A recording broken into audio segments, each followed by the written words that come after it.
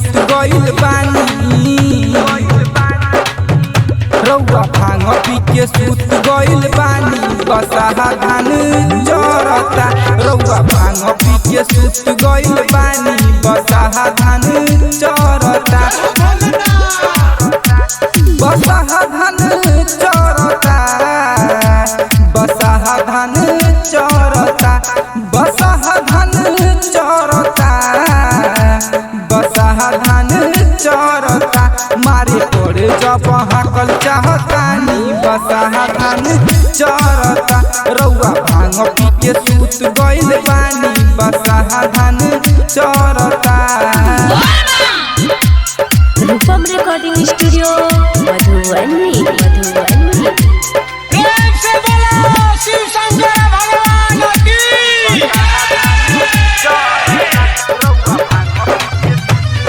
DJ Ranjan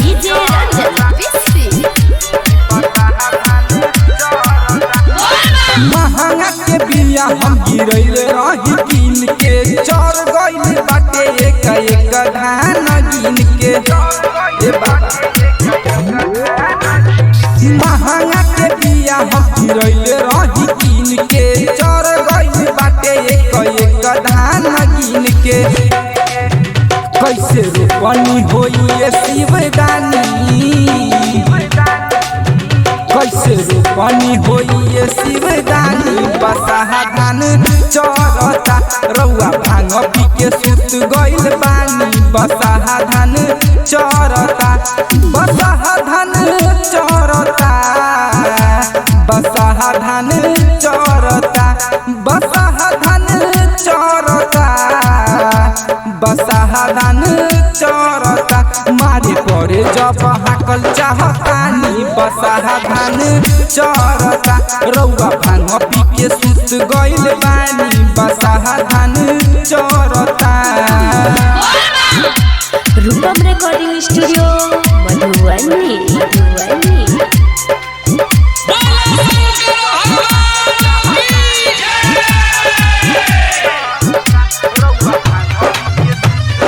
DJ Ranjan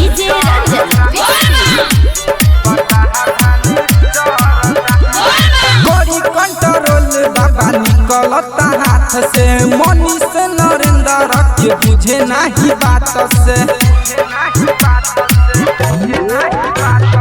बड़ी control बाबा निकलता हाथ से मनीष नरेंद्र के बुझे नहीं बात के पी के रूपम के बढ़ावे परेशानी के रूपम के बढ़ावे परेशानी बसाहा धान चरता रउआ भांग पी के सुत गइल बानी बसाहा धान चरता बसाहा धान चरता बसाहा धान चरता बसाहा धान चरता बसाहा धान